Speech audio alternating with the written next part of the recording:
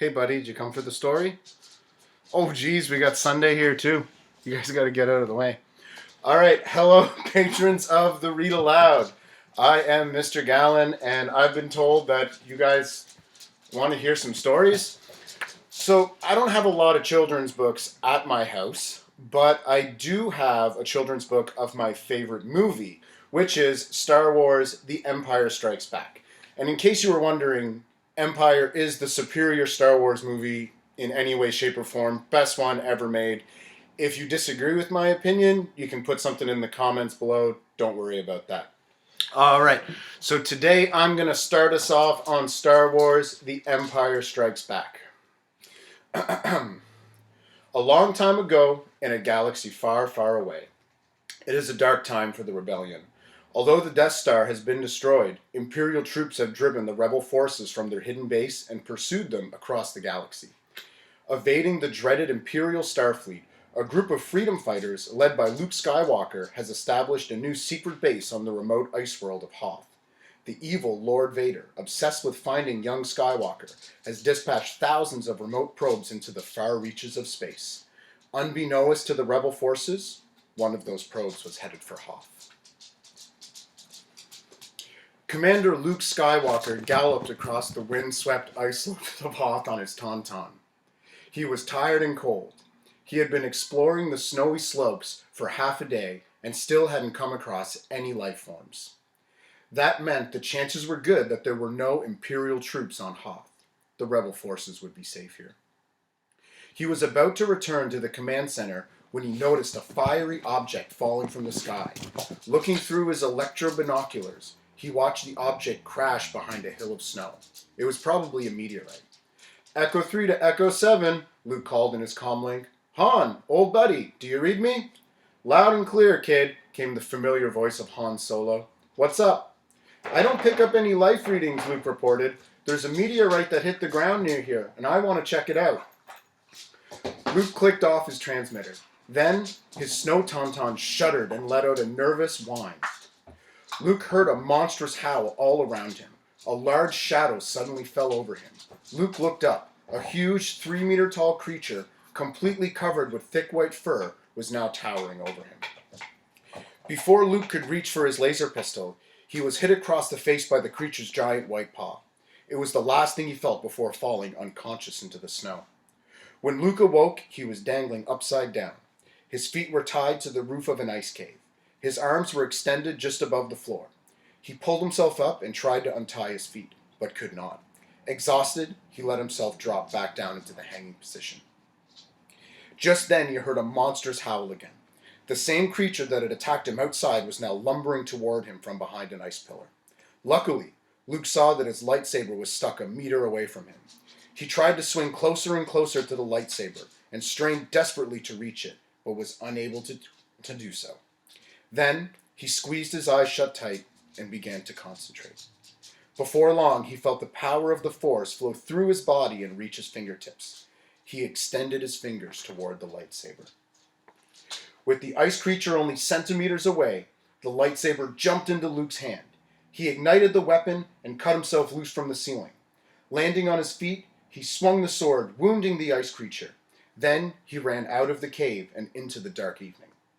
But Luke was too weak to make it back to the rebel base. He staggered away as far as he could, but then collapsed. He was barely conscious when he saw the ghostly figure of Ben Kenobi appear before him.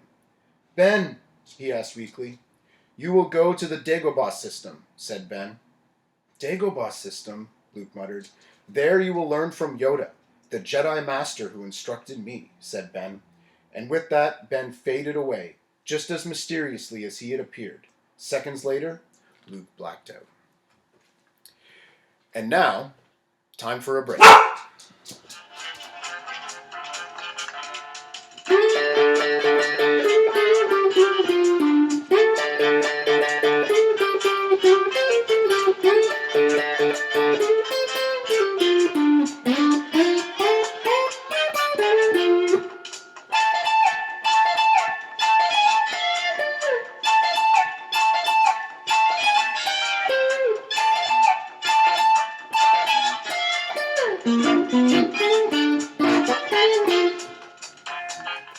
Whoa! Did that guy just give himself a thumbs up? Slow down, young Padawan. You're not a Jedi yet. All right, now where were we? When Luke regained consciousness, he found himself inside a tank of gooey slime. He knew at once that he was in a Bacta tank back at the command center. Someone must have found him in the snow and rescued him. After he was sufficiently healed, he was taken to a recovery room. "Master Luke, sir," C-3PO exclaimed upon entering the room. "It's so good to see you fully functional again." Alongside the thin golden droid was R2-D2, C-3PO's companion. A happy series of beeps sounded from the little droid's dome-shaped head. "R2 expresses his relief also," translated C-3PO. Luke was already smiling when his friends Han Solo and Chewbacca entered. "How you feeling, kid?" asked Han. "You don't look so bad to me." "Thanks to you," said Luke. He had learned that it was Han who saved him.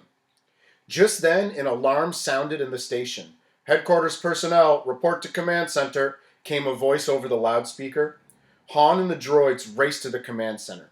There, they joined Princess Leia and General Riken at the control screen. "We've picked up something outside the base," explained the general. "It's metal," said another officer. "Then it couldn't be one of those creatures that attacked Luke," said Princess Leia. "There's something very weak coming through," said the officer, as he listened to the strange beeping sound. "This signal is not used by the Alliance," said C-3PO. "It could be an Imperial probe." "It isn't friendly, whatever it is," said Han. "Come on, Chewie, let's check it out." Han and Chewie followed the strange signal until they spotted a dark object floating across the snowy plains. Within seconds, the object caught Chewbacca in the sights of his laser weapon. But before it could get a shot off, Han fired a laser bolt, hitting the weapon from behind and shattering it. "An Imperial probe," said Princess Leia upon hearing Han's description over the comlink. "It's a good bet the Empire knows we're here," said Han. After a brief conference, the rebels decided to evacuate Hoth. It would only be a matter of time before the Imperial fleet arrived. Light years away, Darth Vader entered the main control deck of his Imperial Star Destroyer. A signal had come through from the probe that his men had sent to the Hoth system. Vader hoped the signal meant that they had found the rebel base. They hoped they had found young Skywalker. "You found something?" Vader asked the officer in charge of the search. "Yes, my lord," said the captain. Vader looked at the image on the screen. "That's it," he said, pleased. "The rebels are there." "My lord," said the admiral, "it could be smugglers." "That is the system," insisted Vader, "and I am sure Skywalker is with them. Set your course for the Hoth system. Prepare your men." Following orders, the admiral set the Star Destroyer to go to light speed. Well, thanks for listening. That's it for part 1. If you guys want to hear more of the story, just like it or comment below that you want to get a part 2. Until then, see you later.